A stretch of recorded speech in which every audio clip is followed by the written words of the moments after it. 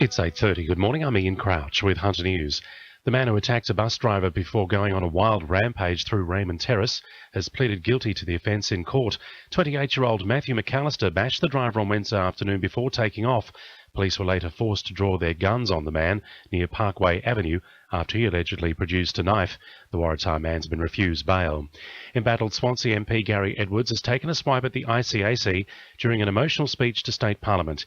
He also paid tribute to his Hunter Liberal colleagues, including disgraced former MPs Tim Owen and Andrew Cornwall. The pair resigned in the wake of recent ICAC hearings into developer donations, including those from former Newcastle Lord Mayor Jeff McCloy.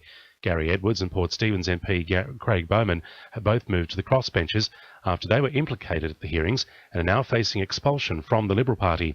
Gary Edwards has denied any wrongdoing and has told Parliament the media interest in the hearings was voyeuristic. But in defence of the voyeuristic media, their voyeurism is without doubt a direct result of the chum trial emanating from the totally unregulated, totally unaccountable fishing trawler, the MV ICAC, a ghostly vessel which sails the corridors of the unsuspecting with state-sanctioned impunity, destroying all in its path.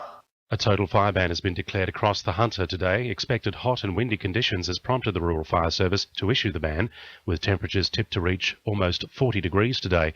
The ban could also be extended into the weekend, with temperatures forecast to reach 43 degrees in some parts of the Hunter by Sunday. The parliamentary inquiry into several controversial planning decisions resumes today with another public hearing at Newcastle City Hall. Building heights in the CBD, mining approvals in the Hunter Valley and the proposed Whitebridge housing estate are all under the microscope.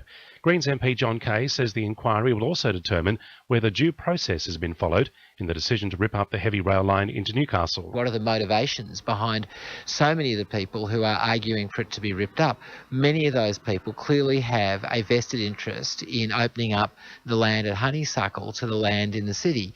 It's time that those vested interests were exposed and that decision-making that respected the needs of the community took over. Meanwhile, Chair of Hunter Council's Peter Blackmore says the inquiry won't change any decisions which have already been made. Is this what we want in the Hunter, particularly when there is not going to be an outcome which will stop the rail being truncated or any other decision which has been made for what the government of the day has considered to be the best interest for the people of Newcastle and the Valley?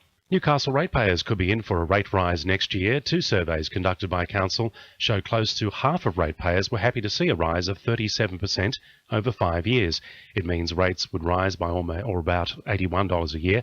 Councillors are likely to vote on the issue next week, with the rise tipped to go ahead midway through next year. Now with sport, Cecilia Connell. The Newcastle Jets will be hoping to restore the faith of supporters with a much-needed win against the Western Sydney Wanderers tomorrow night. Scott Neville returns from injury for the clash and winger Andrew Hoole is back from Ollie Roo's commitments. Vice-captain Joel Griffith says the team needs to raise the bar. As a group now, we feel like we have progressed as a team. We just can't have a couple, pretty much 11 players not show up because we're just going to get the same result against the Wanderers if we do. So we have to be focused on what we have in front of us and committed. Meanwhile, Jets women take the battle to Melbourne victory tomorrow afternoon. The Hunter will be on show in tonight's Greyhound Racing Melbourne Cup with Awesome Project and Kibo set to take centre stage.